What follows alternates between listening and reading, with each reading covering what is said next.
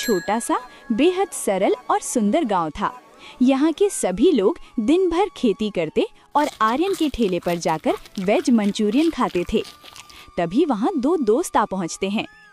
अरे आर्यन भाई, जल्दी जल्दी 2 प्लेट वेज मंचूरियन लगा दो यार, बहुत तेज भूख लगी है और तुम्हारे हाथ का वेज मंचूरियन ना खाऊं तो दिन अधूरा सा लगता है।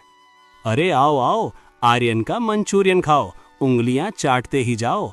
ऐसा वेज मंचूरियन दूंगा तुम्हें कि आज तुम दोनों 3 रोटी की जगह 6 रोटी खा जाओगे। तभी आर्यन उन दोनों को वेज मंचूरियन दे देता है और दोनों बड़े मजे से वेज मंचूरियन के साथ रोटी का आनंद लेते हैं। कुछ देर बाद वहाँ एक गरीब बूढ़ा आदमी आता है और आर्यन से कहता है, बेटा, मुझे खाने के लिए थोड़ा सा वेज मंचूरियन दे दो। मैं बहुत ही गरीब हूँ, मेरे पास पैसे भी नहीं हैं। अरे बाबा, आप कैसी बात कर रहे हैं? मैं आपसे पैसे कैसे ले सकता हूँ? मैं अभी आपको वेज मंचूरियन दे देता हूँ। आर्यन बूढ़े बाबा को वेज मंचूरियन दे देता है और बूढ़े बाबा बड़े मजे से वेज मंचूरियन खाने लगते हैं। आर्यन दिल से बहुत ही दयालु था। देखते ही देखते उसके ठेले पर भीड़ बढ़ती चली गई और शाम होते होते आर्यन का सारा वेज मंचूरियन खत्म हो गया।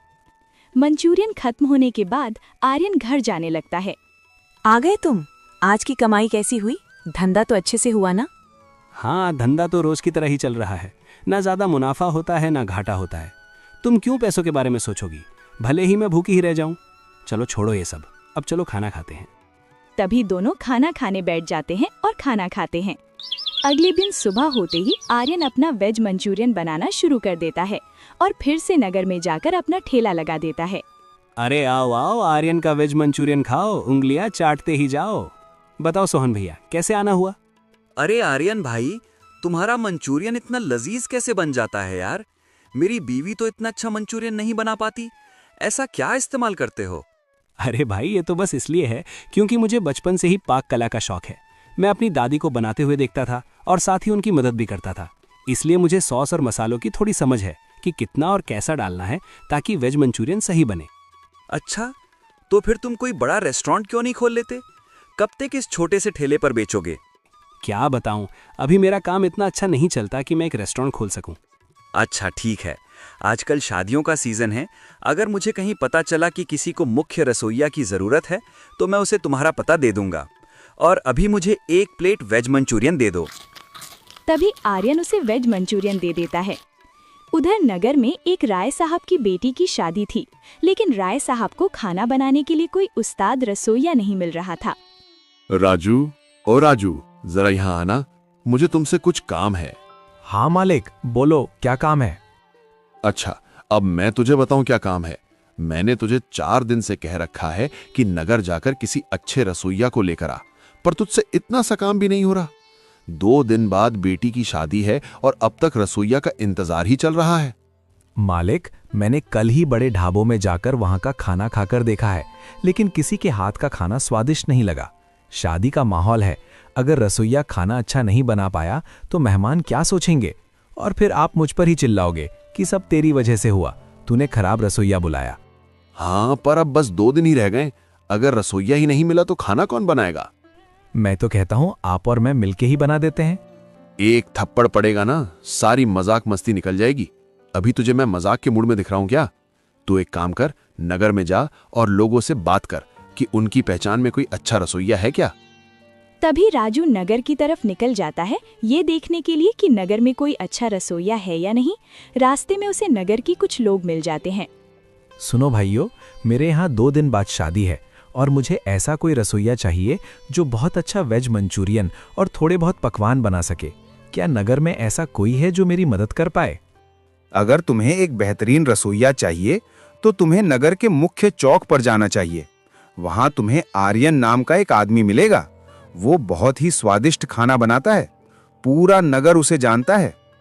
अच्छा, तो तुम मुझे उसके रेस्टोरेंट का पता बता दो, मैं वहां जाकर उससे बात कर लेता हूँ। नहीं नहीं, तुम गलत समझ रहे हो। आर्यन किसी रेस्टोरेंट में काम नहीं करता, वो तो ठेला लगाकर वेज मंचूरियन बेचता है। अरे, ये लोग तो मुझे ठेले वाले का पता बता रहे हैं। मुझे तो किसी बड़े होटल का रसोइया चाहिए, ना कि कोई ठेले वाला। एक काम करता हूँ और नगरवासियों से पूछता हूँ। ठीक है, मैं अभी जाकर देखता हूँ। तभी राजू और भी लोगों से पूछताछ करने निकल जाता है। मुखिया जी, अच्छा हुआ आप मुझे यहीं मिल गए। अब मुझे और लोगों से पूछताछ करने की जरूरत नहीं पड़ेगी, आप ही मुझे बता दीजिए। हाँ, पर मैं तुम्हें क्या बताऊं? पूछो, तुम्हें क्या पूछना है? मुखिया जी, 2 दिन बाद मेरे घर में शादी है। मुझे एक रसोइया चाहिए जो मेरे घर आकर स्वादिष्ट खाना बना सके। अच्छा, फिर तो तुम्हें आर्यन के पास जाना चाहिए। उसके हाथों में जादू है। वो बचपन से ही खाना बना रहा है और बहुत ही स्वादिष्ट पकवान बनाता है। मुखिया जी, नगर में मैं जिससे भी पूछ रहा हूँ वो मुझे आर्यन का ही नाम बता रहा है। क्या वो सच में इतना स्वादिष्ट खाना बनाता है? मैं कहूं तो तुम मानोगे नहीं, इसीलिए एक काम करो, थोड़ा आगे जाओ, तुम्हें उसका ठेला दिख जाएगा। वहां जाकर एक बार उसके हाथ का वेज मंचूरियन खाकर देखो, तुम खुद समझ जाओगे। तभी राजू आर्यन के ठेले के पास आ जाता है। क्या तुम ही आर्यन हो? नगर वालों से तुम्हारे बारे में बहुत तारीफें सुनी हैं कि तुम्हारा वेज मंचूरियन बहुत ही स्वादिष्ट होता है। एक काम करो, मुझे 1 प्लेट लगा दो, मैं भी तुम्हारे हाथों का जादू देखूं। तभी आर्यन उसे 1 प्लेट वेज मंचूरियन देता है। राजू उसे खूब मजे से खाता है और खाने के बाद आर्यन से कहता है, आर्यन भाई, तुमने तो कमाल का मंचूरियन खिला दिया यार। ऐसा स्वाद वाला वेज मंचूरियन तो मैंने आज तक नहीं खाया। एक काम करो, मुझे 1 प्लेट वेज मंचूरियन पार्सल दे दो। अगर तुम्हारा मंचूरियन मेरे मालिक को पसंद आ गया तो समझो तुम्हारी तो किस्मत ही खुल गई। हाँ भाई, अभी देता हूँ। और हाँ, अपने मालिक से ये भी कहना आर्यन का मंचूरियन है। मंचूरियन खाओ, उंगलियां चाटते जाओ। तभी राजू मंचूरियन लेकर अपने घर जाने लगता है और घर पहुंचते ही अपने मालिक से कहता है, मालिक, बहुत ढूंढने के बाद जाकर मुझे एक रसोइया मिला है। वो इतना कमाल का स्वादिष्ट खाना बनाता है कि उसके हाथ का खाना खाकर तो सारे बाराती झूम उठेंगे। अच्छा, तुम्हारी बातों से तो लग रहा है कि वो किसी बड़े होटल का रसोइया है। नहीं मालिक, वो किसी होटल का नहीं है, बल्कि वो तो एक छोटा सा ठेला लगाता है। ये क्या कह रहे हो तुम? मैंने तुम्हें एक नामी रसोइया को बुलाने भेजा था और तुम यहाँ एक ठेले वाले को लाने की सोच रहे हो? अरे मालिक, आप ऐसे नहीं समझोगे। मैं उसके यहाँ से वेज मंचूरियन और रोटी लाया हूँ। आप एक बार खाकर देखो, फिर आप खुद ही समझ जाओगे। तभी वो मंचूरियन खाने लगता है और बड़े मजे से खाता है। खाने के बाद वो कहता है, राजू, ये तो बहुत ही स्वादिष्ट वेज मंचूरियन है। ऐसा तो मैंने कभी किसी नामी होटल में भी नहीं खाया। देखा मालिक, कहा था ना मैं बहुत ही बढ़िया रसोइया ढूंढ कर लाया हूँ। हाँ, अब एक काम करो, तुम अभी के अभी वहां जाओ और उसे यहाँ लेकर आओ। तभी राजू आर्यन को बुलाने के लिए निकल जाता है और जाते जाते रास्ते में उसे दीनदयाल मिल जाता है। अरे राजू, तुम यहाँ? मैं तो तुम्हारे ही घर आ रहा था। कल तुम मेरे यहाँ आए थे ना कि तुम्हें शादी के लिए एक रसोइया चाहिए। तुम्हें तो पता ही है, मेरा नाम है दीनदयाल। मेरी दाल मखनी पड़ती है सब पर भारी। हाँ दीनदयाल जी, लेकिन अभी मुझे कोई और मिल गया है, इसलिए मैं उसे बुलाने जा रहा हूँ। अब मैं चलता हूँ, वरना मालिक मुझे छोड़ेंगे नहीं। तभी राजू वहाँ से चला जाता है और दीनदयाल सोच में पड़ जाता है। ये कौन है जिसकी वजह से मेरा इतना बड़ा काम चला गया? मैं इसका धंधा ही बंद करवा दूंगा अपनी दाल से। आर्यन भाई, मालिक ने तुम्हें बुलाया है, चलो मेरे साथ, आज तो तुम्हें बहुत बड़ा काम मिलने वाला है। तभी आर्यन राजू के साथ उसके घर पहुंच जाता है। अच्छा, तो तुम ही आर्यन हो। मैंने तुम्हारा मंचूरियन खाया है, बहुत ही स्वादिष्ट खाना बनाते हो। इसीलिए 2 दिन बाद मेरे घर में मेरी बेटी की शादी है, उसमें तुम ही खाना बनाओगे। वैसे तुम्हें और क्या क्या बनाना आता है? मैं तो बचपन से ही तरह तरह के पकवान बनाता आ रहा हूँ। इनमें सबसे स्वादिष्ट मुझे वेज मंचूरियन बनाना आता है। बाकी आप जो कहेंगे मैं बना दूंगा। ठीक है, फिर तुम अपना वेज मंचूरियन बनाना, साथ में कुछ विशेष व्यंजन और थोड़े रसगुल्ले भी बना देना। ठीक है साहब, मैं कल सुबह 5 बजे आकर सारा सामान बना दूंगा। तभी आर्यन घर जाता है और अपनी पत्नी को सारी बात बताने लगता है। सुनो, मुझे कल सुबह 5 बजे राय साहब के घर जाना है। पकवान बनाने का बड़ा कॉन्ट्रैक्ट मिला है और पैसे भी अच्छे खासे मिलेंगे। सबसे पहले पैसे आते ही हम तुम्हारे लिए नए कपड़े खरीदने चलेंगे। अच्छा ठीक है, चलो अब खाना खा लेते हैं, फिर सारी तैयारी कर लेंगे ताकि कल सुबह तुम जल्दी से सब बना सको। अगले दिन सुबह होते ही आर्यन सारा सामान बनाकर तैयार कर देता है। तभी वहाँ राय साहब आ जाते हैं। वाह आर्यन, तुमने तो सारे पकवान बनाकर तैयार कर दिए हैं, साथ ही इनमें से बहुत ही मस्त खुशबू भी आ रही है। हाँ साहब, मैं यहाँ सुबह 5 बजे ही आ गया था और तभी से सब बना रहा हूँ। अब आपको अपने मेहमानों की चिंता नहीं करनी पड़ेगी। तभी बारात आती है और सभी लोग बड़े मजे से खाना खाते हैं। खाने को लेकर राय साहब को खूब तारीफ मिलती है। ये सब देखकर राय साहब खुश होकर आर्यन से मिलने जाते हैं। आर्यन, आज तो तुम्हारी वजह से पूरी बारात में बस मेरा ही नाम चल रहा है। सब यही कह रहे हैं कि आज से पहले किसी भी शादी में इतना स्वादिष्ट वेज मंचूरियन नहीं खाया। अरे साहब, ऐसी कोई बात नहीं है। अच्छा साहब, अब मैं चलता हूँ। 2 दिन हो गए हैं, मैंने अपनी दुकान भी नहीं लगाई है। अच्छा ठीक है, जाओ तुम, और जाते जाते खाना खाकर ही जाना। और हाँ, मैंने 15,000 रुपए तुम्हारे खाते में डाल दिए हैं। साहब, आपने 15,000 क्यों डाल दिए? मैं तो खाना बनाने के सिर्फ 5,000 ही लेता हूँ। अरे आर्यन, तुम्हारी वजह से आज मेरी इज्जत बच गई और साथ ही पूरी बारात में मेरा मान बढ़ गया, इसलिए इसे मेरी तरफ से पुरस्कार समझो। तभी आर्यन पैसे मिलने के बाद घर चला जाता है। आज तो मुझे बहुत ज्यादा पैसे मिले हैं और मैंने कहा था ना, पैसे मिलेंगे तो हम शॉपिंग पर जाएंगे। चलो अब। पर तुम्हारी दुकान का क्या? वो भी तो 2 दिन से बंद है ना। अरे मैंने कहा ना साहब ने आज खुश होकर मुझे बहुत ज्यादा पैसे दे दिए हैं, इसलिए दुकान की चिंता तुम मत करो। वैसे भी ऐसे दिन बार बार नहीं आते। चलो अब। यहाँ आर्यन अपनी पत्नी से घूमने और शॉपिंग की बात कर रहा था।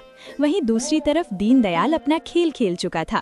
आर्यन की दुकान बंद करवाने के लिए दीनदयाल ने अपनी दाल का ठेला मुख्य बाजार से हटाकर आर्यन के मोहल्ले में लगा दिया था। अब तू देखना बेटा आर्यन, तूने 2 दिन दुकान न खोलकर बहुत बड़ी गलती कर दी। मैंने सबको अपने हाथ की दाल खिला दी है। अब कोई भी तेरी दुकान पर नहीं आएगा। मेरा नाम है दीनदयाल, मुझसे पंगा पड़ेगा भारी। एक दिन नगर में जिन जिन लोगों ने दीनदयाल की दाल खाई थी, सबका पेट दर्द करने लगा। कुछ लोग बीमार भी पड़ गए, लेकिन सबके मन में बस एक ही बात थी। एक बार और लगता है दीनदयाल की दाल खानी होगी। सबका पेट दर्द कर रहा था, लोग बीमार भी हो रहे थे, लेकिन फिर भी पता नहीं क्यों सबको दीनदयाल की दाल की लत लग गई थी। और दूसरी तरफ आर्यन की दुकान पर कोई भी नहीं आ रहा था। आर्यन सुबह से शाम तक इंतजार करता रहा, लेकिन कोई उसकी दुकान पर नहीं आया। ये क्या हो रहा है? कुछ तो गड़बड़ है। अचानक लोगों ने मेरी दुकान पर आना क्यों बंद कर दिया और ये दीनदयाल के दुकान पर क्यों जाने लगे हैं? आखिर ऐसा क्या खिला रहा है ये दीनदयाल? आर्यन घर जाने लगता है। तभी रास्ते में उसे मुखिया जी मिल जाते हैं। वे आर्यन से कहते हैं, सुना है आर्यन, तुम अपने मंचूरियन में कुछ मिला रहे हो क्या? मुझे नगर वालों से पता चल रहा है कि बहुत लोगों की तबीयत खराब हो रही है। अगर तुम कुछ गलत कर रहे हो तो अभी बंद कर दो। मुखिया जी, आप ये क्या कह रहे हैं? आप तो जानते हैं कि मैं कई सालों से यहाँ खाना बना रहा हूँ। आज तक मेरे खाने से कोई बीमार नहीं पड़ा, तो आज आप मुझे ऐसा कैसे कह सकते हैं? हाँ मैं जानता हूँ, लेकिन दीनदयाल ने मुझसे कहा है कि तुम अपने मंचूरियन में कुछ मिला रहे हो, इसलिए मैंने सोचा कि पहले तुमसे अकेले में बात कर लूं। अच्छा, अब मैं समझा मुखिया जी। क्या आपने ये ध्यान नहीं दिया कि ये सब तभी से शुरू हुआ है जब से दीनदयाल आया है, और जब से वो आया है तब से मेरी दुकान पर तो कोई आता ही नहीं। तो भला मेरा खाना खाकर कोई बीमार कैसे पड़ सकता है? हाँ, बात तो तुम सही कह रहे हो। एक काम करो आर्यन, आज रात तुम उसका पीछा करो और देखो कि वो ऐसा क्या करता है। फिर कल सुबह नगर वालों के सामने उसे सजा देंगे। तभी रात होते ही आर्यन दीनदयाल के घर के बाहर पहुंच जाता है। वो देखता है कि दीनदयाल अपनी दाल में एक शीशी से कुछ मिला रहा है।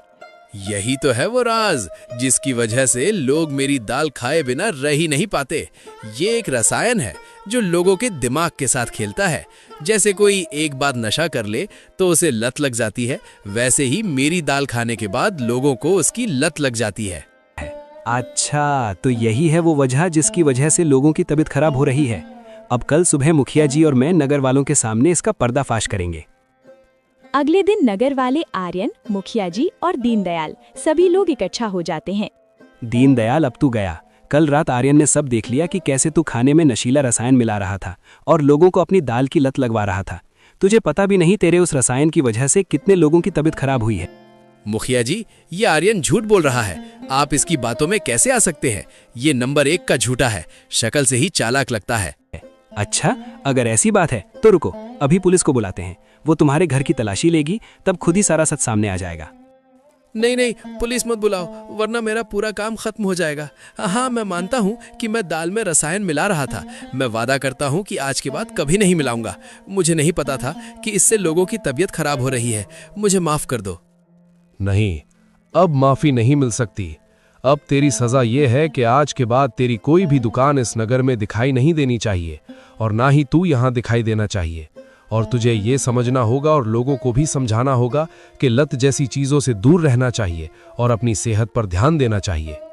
दोस्तों, अगर आपको ये वीडियो पसंद आई हो तो कृपया वीडियो को लाइक करें और हमारे चैनल को जरूर सब्सक्राइब करें ताकि आपके सहयोग से हम जल्द से जल्द अपने 1000 सब्सक्राइबर पूरे कर सकें। धन्यवाद।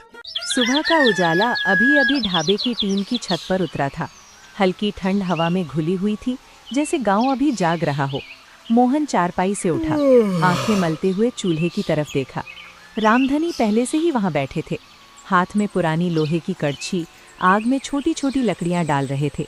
चेहरा शांत था, लेकिन आंखों में एक नई चमक, जैसे बोझ उतर गया हो, पर नई जिम्मेदारी का नया बोझ आ गया हो। बाबूजी, इतनी सुबह? रामधनी ने बिना मुड़कर कहा। नींद कहाँ आई बेटा, रात भर सोचता रहा। कल तक ढाबा मेरा था, आज से तेरा। तेरी जिम्मेदारी, तेरी मेहनत, बस यही सोचता रहा कि तू संभाल लेगा ना। मोहन पास आया, चूल्हे के किनारे बैठ गया। आग की गर्मी चेहरे पर लग रही थी। संभालूंगा बाबूजी, आपने जो बनाया वो मैं बिगाड़ने नहीं दूंगा। बस थोड़ा सा बदलाव, नया स्वाद मिलेगा, लेकिन पुराना दिल नहीं छूटेगा। रामधनी ने हल्के से मुस्कुराया। बदलाव ठीक है, लेकिन याद रख, हाथ वही रहने चाहिए, फूंक मारने का तरीका वही, क्योंकि स्वाद उसी से आता है। सावित्री अंदर से आई, हाथ में 2 मिट्टी के कुल्हड़ में चाय। भाप उठ रही थी। लो दोनों को, आज नया दिन है, नया मालिक है। मोहन ने कुल्हड़ लिया। माँ, मालिक नहीं, बस संभालने वाला हूँ। ढाबे के बाहर लकड़ी की तख्ती लगी थी। सफेद पेंट से लिखा, रामधनी ढाबा, मोहन रामधनी। मोहन ने खुद रात को लिखी थी। अक्षर थोड़े टेढ़े मेढ़े थे, लेकिन दिल से लिखे थे। पहला दिन शुरू हुआ। सूरज ऊपर चढ़ने लगा, ट्रक गुजरने लगे, लेकिन पहले दिन ज्यादा भीड़ नहीं आई। फिर भी जो आए वो पुराने चेहरे थे। सबसे पहले हरखू काका आए, छड़ी ठक ठक करते। अरे रामधनी, सुना है अब बेटा मालिक है। अच्छा किया, जिद छोड़ दी। रामधनी ने हंसकर कहा। जिद नहीं छोड़ी काका, बस प्यार को जगा दी। मोहन ने लस्सी का बड़ा गिलास आगे बढ़ाया। काका, आज लस्सी फ्री, पुरानी याद में। हरखू काका ने गिलास लिया, एक घूंट पिया। वाह, ठंडी ठंडी, दही घर का है ना?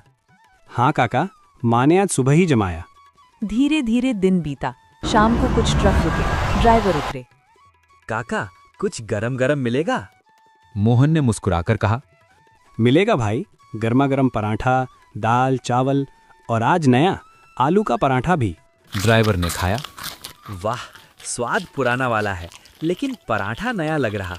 अच्छा है, कल फिर आऊंगा। एक ड्राइवर ने दूसरे से कहा। भाई, ये ढाबा फिर से चल पड़ा है। रामधनी काका का बेटा शहर से आया है, खाना पहले से बेहतर लग रहा। दूसरे ने हंसकर कहा। हाँ यार, मुंह से मुंह तक खबर फैल जाएगी। रात को मोहन ने रामधनी से कहा। बाबूजी, लोग बात कर रहे हैं, कल और आएंगे। रामधनी ने कहा। बातें फैलती हैं बेटा, अच्छा खाना खुद बोलता है। दिन बीतते गए। दूसरा हफ्ता। अब रोज 10-15 ग्राहक आने लगे। मुंह से मुंह तक खबर फैली। ट्रक ड्राइवर एक दूसरे को बताते। रामधनी ढाबे पर रुकना। मोहन ने मेन्यू थोड़ा बढ़ाया। पुरानी दाल रोटी के साथ आलू गोभी की सब्जी, छोले, लस्सी, चाय, सब घर जैसा। कोई शॉर्टकट नहीं, सब्जी ताजी, दाल में घी की खुशबू। एक दिन एक बूढ़ा ट्रक ड्राइवर आया, बोला। रामधनी काका, 10 साल बाद आया हूं। पहले यहां लाइन लगती थी, आज फिर वही खुशबू लग रही। रामधनी ने मुस्कुराकर कहा। बेटे की मेहनत है भाई। अब असली मोड़ आया। एक दोपहर सफेद जीप रुकी। उसमें से उतरा ठाकुर बलदेव सिंह, गांव के बड़े जमींदार का बेटा। शहर में कई ढाबे और होटल चलाता था। बलदेव ने ढाबे में घुसकर चारों तरफ देखा। रामधनी काका, ढाबा तो कमाल का चल रहा है। अब बेटे ने कर दिखाया। रामधनी ने सिर हिलाया। बेटे की मेहनत है भाई। बलदेव मोहन की तरफ मुड़े। मोहन भाई, बात करनी है। मोहन ने थाली रखी। बोलिए साहब। बलदेव ने मुस्कुराकर कहा। ये ढाबा मैं खरीदना चाहता हूं, अच्छी कीमत दूंगा, 50 लाख कैश। यहां बड़ा होटल बना दूंगा, तो मैं मैनेजर रख लूंगा, 50,000 महीना। क्या कहते हो? मोहन का चेहरा सख्त हो गया। नहीं साहब, ये ढाबा बिकने के लिए नहीं है। बलदेव हंसे। सोच लो, जमाना तेज है। छोटे ढाबे बंद हो रहे हैं, बड़े होटल आ रहे हैं, एसी, पार्किंग, ढेर सारा मेन्यू। यहां तो अभी भी चूल्हा है। रामधनी चुप रहे, लेकिन आंखों में चिंता झलक रही थी। रात को घर में बात हुई। सावित्री बोली, बेटा 50 लाख बहुत पैसा है, नया घर बना लेंगे, तेरी शादी, बच्चों की पढ़ाई। मोहन ने कहा, माँ, पैसा आएगा लेकिन सुकून, बाबूजी की जिंदगी। ये ढाबा सिर्फ पैसे का नहीं, ये हमारा दिल है। रामधनी ने धीरे से कहा, बेटा, अगर बेच दिया तो क्या होगा? पैसा आएगा, लेकिन ये चूल्हा, ये धुआं, ये बेंचे सब चले जाएंगे। मोहन ने कहा, नहीं बेचेंगे बाबूजी, लड़ेंगे। अगले दिन बलदेव फिर आए। सोचा? मोहन ने साफ कहा, नहीं बेचेंगे। बलदेव का चेहरा बदल गया। ठीक है मोहन, लेकिन याद रखना, मैं हार नहीं मानता। कुछ दिन बाद मुसीबत शुरू हुई। हाईवे चौड़ा करने का काम शुरू। ढाबे के ठीक सामने वाली जमीन कटने लगी, धूल उड़ने लगी, ट्रक रुकना कम हो गया, ग्राहक कम, मोहन परेशान। बाबूजी, ये बलदेव सिंह का खेल है, वो इंजीनियर से मिला हुआ है। रामधनी ने कहा, जानता हूं, लेकिन हमारा हक है, जमीन हमारी है, ढाबा हमारा है। मोहन ने गांव वालों को इकट्ठा किया। हरखू काका, गुरदेव चाचा, कुलवंत भाई सब आए। मीटिंग हुई। मोहन ने कहा, अगर ढाबा हटा तो हमारा हक छिन जाएगा, विरोध करेंगे। सबने हामी भरी। मोहन, चिंता मत करो, हम सब लोग तुम्हारे साथ हैं। तुम्हारे ढाबे का खाना हमें बहुत पसंद है, हम मिलकर लड़ेंगे। गांव वाले रोज ढाबे पर आने लगे, खाना खाते, बातें करते, हम नहीं जाने देंगे। खबर मुंह से मुंह तक फैली। पास के गांवों में भी लोग सुनने लगे, रामधनी का ढाबा बचाना है। लेकिन बलदेव नहीं माने। एक रात ढाबे पर हमला हुआ। 4-5 गुंडे आए, बेंचें तोड़ी, चूल्हा उखाड़ने की कोशिश। मोहन और रामधनी बाहर आए, लाठी डंडे से लड़े। मोहन के हाथ में चोट लगी, खून बहा। सावित्री रो पड़ी।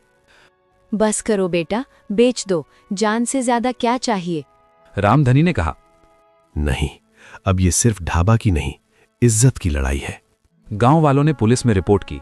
पास के थाने में सब गए, पुलिस आई, जांच हुई, बलदेव पर दबाव बढ़ा। गांव वाले रोज थाने जाते। आखिरकार एक मीटिंग हुई तहसील ऑफिस में। बलदेव आए, गांव वाले आए, मोहन और रामधनी आए। तहसीलदार ने कहा, सड़क का रूट बदल सकते हैं, ढाबा नहीं हटेगा। बलदेव को पीछे हटना पड़ा। ढाबा बच गया। अब फिर से खुला और ज्यादा भीड़, ट्रक ड्राइवर दूर दूर से आते। मोहन ने मेन्यू और बढ़ाया, अमृतसरी कुलचा, चिकन करी, लेकिन दाल रोटी सबसे ऊपर। रामधनी अब कम काम करते, बस बैठकर देखते, कभी चूल्हे पर हाथ फेरते। एक शाम रामधनी बोले, बेटा, अब तू तैयार है, मैं थक गया। मोहन ने कहा, बाबूजी, आप रहेंगे हमेशा। बेटा, खुश हूं, ढाबा नहीं मरा, बढ़ गया। तूने बदलाव किया, लेकिन आत्मा वही रखी। मोहन ने पैर छुए। आपकी वजह से बाबूजी। ढाबे की आज भी जल रही है, धुआं उठता है, खुशबू फैलती है, पुरानी यादों की, नई उम्मीदों की। ये कहानी खत्म नहीं होती, क्योंकि ढाबा चलता रहेगा, बाप बेटे की, परिवार की, प्यार की। दोस्तों, अगर आपको वीडियो पसंद आई हो तो प्लीज़ वीडियो को लाइक ज़रूर कीजिए। आपका सिर्फ एक सब्सक्राइब हमारे लिए बहुत मायने रखता है। आपकी छोटी सी सपोर्ट से हम बहुत जल्द 1000 सब्सक्राइबर पूरे कर लेंगे। शुक्रिया। बहुत समय पहले की बात है। पंजाब के एक छोटे से गांव में रहता था रामू। गांव का नाम था हरियालीपुर। चारों तरफ हरे हरे खेत, बीच में छोटी सी नदी बहती थी और गांव के ठीक बाहर एक पुराना पीपल का पेड़ था, जहां लोग शाम को इकट्ठा होकर बातें करते थे। रामू का छोटा सा ढाबा था, नाम रखा था रामू का स्वादिष्ट मटन बिरयानी हाउस। ढाबा बस 2-4 लकड़ी की मेज़ों और कुछ बेंचों वाला था, लेकिन उसकी बिरयानी इतनी मशहूर थी कि दूर दूर के गांव से लोग आते थे।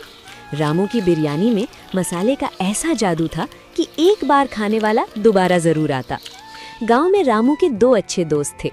छोटू, जो खेत में काम करता था और बहुत मेहनती था।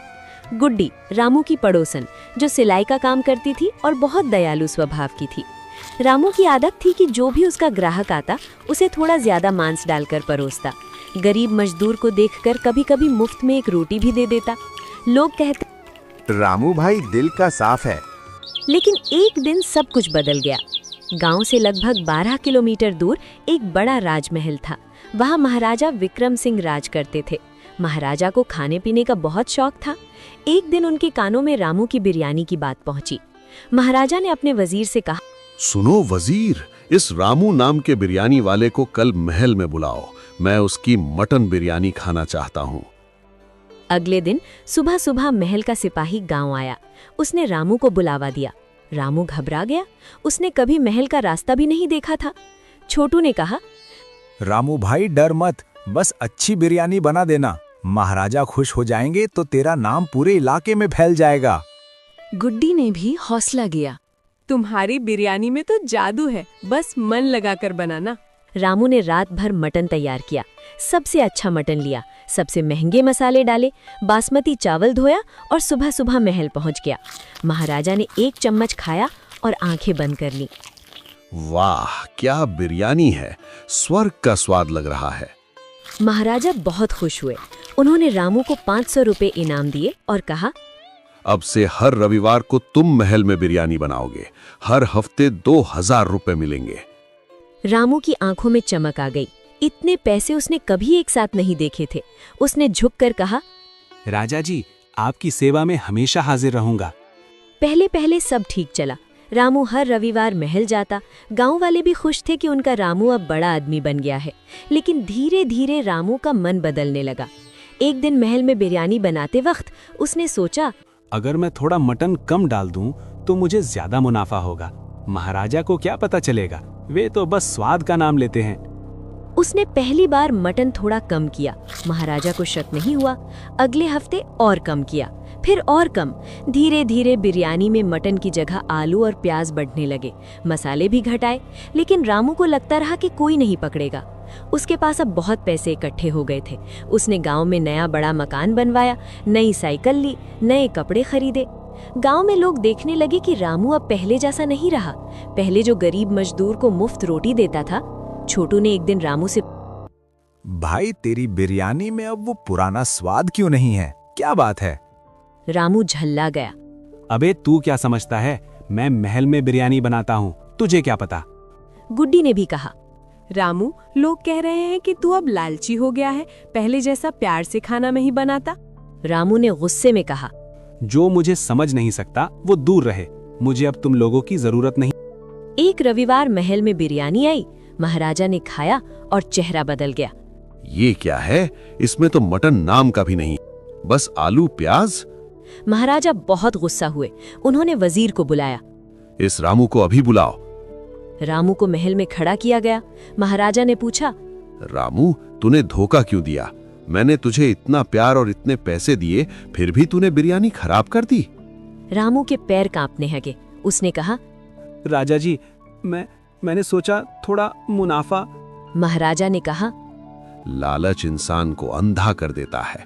तूने मेरे भरोसे को तोड़ा, अब तुझे सजा मिलेगी। रामू को गांव वापस भेज दो, उसका ढाबा बंद कर दो और सारे पैसे जो उसने कमाए गांव के गरीबों में बांट दो। महाराजा ने हुक्म दिया। रामू रोता हुआ गांव लौटा। उसका नया मकान अब खाली था। साइकिल बिक गई, पैसे सब चले गए। ढाबा बंद हो गया। लोग अब उससे बात भी नहीं करते थे। एक शाम रामू पीपल के पेड़ के नीचे बैठा रो रहा था। तभी छोटू और गुड्डी आए। छोटू ने कहा, रामू भाई, हम जानते हैं तू बहुत दुखी है, लेकिन लालच ने तुझे सब कुछ छीन लिया। गुड्डी ने कहा, अगर तू सच में पछताता है तो हम तेरी मदद करेंगे, लेकिन अब कभी लालच मत करना। रामू रोते हुए बोला, मैं बहुत बड़ा मूर्ख हूँ। मैंने अच्छे लोगों का भरोसा तोड़ा। अच्छी बिरयानी बनाने की जगह मैंने सिर्फ पैसे देखे। मुझे माफ कर दो। अगले दिन रामू ने छोटा सा ढाबा फिर से खोला। इस बार नाम रखा ईमानदार रामू बिरयानी। वह पहले जैसी पुरानी बिरयानी बनाने लगा।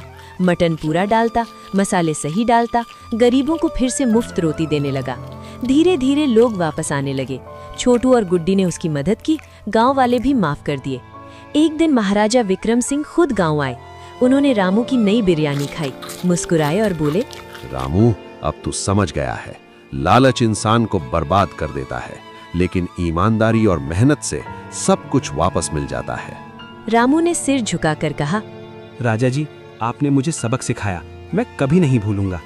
लालच इंसान को अंधा कर देता है। जो चीज ईमानदारी से मिलती है वही टिकती है।